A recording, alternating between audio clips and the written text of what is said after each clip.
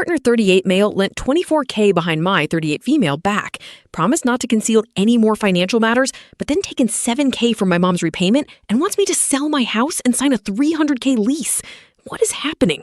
Can financial infidelity be forgiven?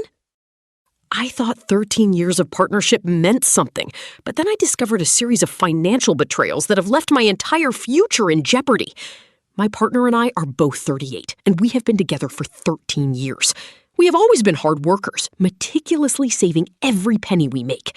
The trouble started when I was covering a shift at work and discovered that my partner had been lending money to one of our coworkers, someone we barely know and who has proven to be very unreliable. Over a period of 6 months, he had lent her a total of $24,500 behind my back. When I confronted him, he claimed he had stopped, but just a couple of days later, she asked for more, and I told him absolutely not.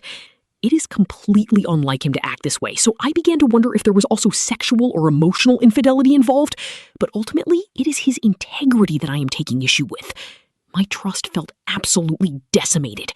I told him he needed to disclose any other issues, and he promised there was nothing else. Then, just 1 week later, I found out he had lent another $500 to a different woman, though she did pay him back. I was furious. His reasoning was that it was a slippery slope, that before he knew it, he had lent her $10,000 and felt that if he didn't continue, she would lose her student visa and be unable to pay him back at all. He used the logic of being in for a penny and in for a pound. He pleaded with me, promising he would keep me informed and never make financial decisions without me again.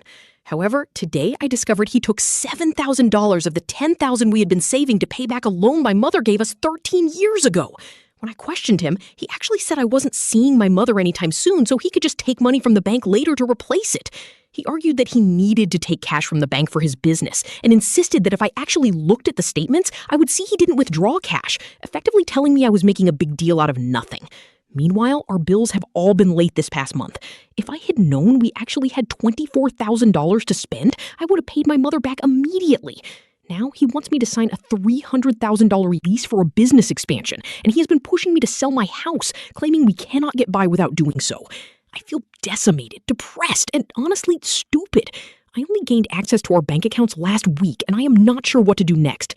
When he got home, we sat down, and he showed me the breakdown of the funds. He tried to prove he hadn't withdrawn physical cash from the bank, but rather used the $7,000 in cash he already had. He showed me a breakdown that explained most of the spending, except for an unexplained $100. He returned the $3,800 that was unspent and promised to return the rest. He still fails to see that even if his argument is that the money is the same whether online or offline, he doesn't recognize that he broke his word, nor does he understand the importance of my respect and consent, which is very telling of his character. Regarding the original $24,000, I don't know if he has been unfaithful, but given that this is so out of character, there is definitely some attachment, whether physical or emotional. I even caught him spending 3 hours at her apartment last week. I have seen the messages she sent to him, and they are incredibly manipulative, saying things like, "Please help, I'm dying." He has now given me access to his phone, bank accounts, and spreadsheets, but I have a lot of thinking to do.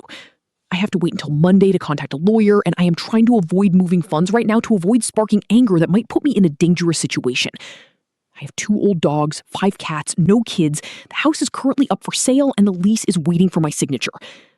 I'm still processing everything, and I will update again soon.